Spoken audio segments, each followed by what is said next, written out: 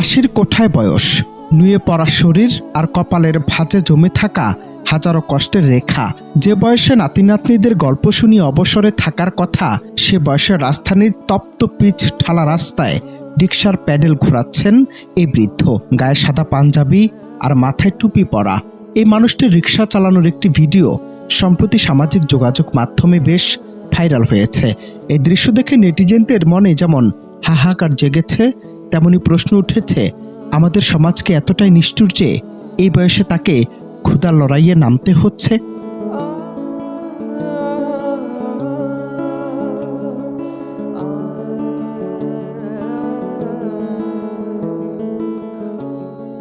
ভিডিওটি ছড়িয়ে পড়ার পর থেকে মন্তব্যের ঘরে শুরু হয়েছে নানা জল্পনা কল্পনা। কেউ বলছেন এই বৃদ্ধকে এর আগেও কয়েক লাখ টাকার সহায়তা দিতে চাওয়া হয়েছিল, কিন্তু আত্মসম্মান বোধের কারণে তিনি তা ফিরিয়ে দিয়েছেন। আবার কেউ দাবি করেছেন তাকে ইতিমধ্যেই পুনর্বাসন করা হয়েছে এবং তিনি এখন ভালো আছেন।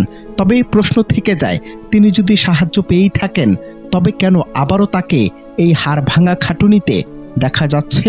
এটি কি কেবলই অভাব, নাকি নিয়তির কোনো নিষ্ঠুর পরিহাস? যদিও নেটিজেনদের একটি বড় অংশ মনে করছেন এটি হয়তো কোনো পুরনো ভিডিও যা পুনরায় সামনে এসেছে।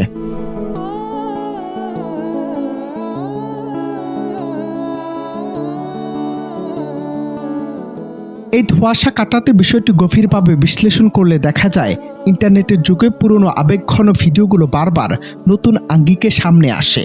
অনেক সময় দেখা যায় ভিডিওর মানুষটি হয়তো বর্তমান সময়ে আর সে দুরবস্থায় নেই, কিন্তু ডিজিটাল অ্যালগোরিদম তাকে আবারও ভাইরাল করে তোলে। তবে ভিডিওটি পুরনো হোক বা নতুন, এটি আমাদের সমাজের একটি চরম বাস্তবতাকে চোখে আঙ্গুল দিয়ে দেখিয়ে দেয়। বৃদ্ধাশ্রমের চেয়েও কষ্টকর এই দৃশ্য প্রমাণ করে যে অনেক বাবা আজও সন্তানের বোঝা হতে চান না বলেই নিজের শেষ রক্তবিন্দু দিয়ে লড়াই চালিয়ে যান।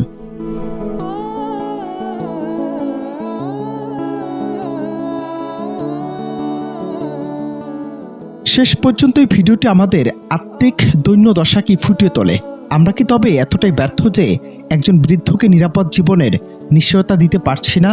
তিনি যদি এখন ভালো থাকেন তবে তা আমাদের জন্য স্বস্তির, কিন্তু যদি ছদ্মবেশে আজও তাকে প্যাডেল ঘুরিয়েই আহার জোগাতে হয় তবে সে ব্যর্থতা পুরো জাতির। এই ভিডিও শুধু একজন বৃদ্ধ রিক্সা চালকের গল্প নয়, এটি আমাদের সমাজ ব্যবস্থার এক নির্মম বাস্তব চিত্র, যেখানে ভাইরাল হলে সাহায্য আসে, কিন্তু ভাইরাল শেষ হলে জীবন আবার আগের জায়গায় ফিরে আসে।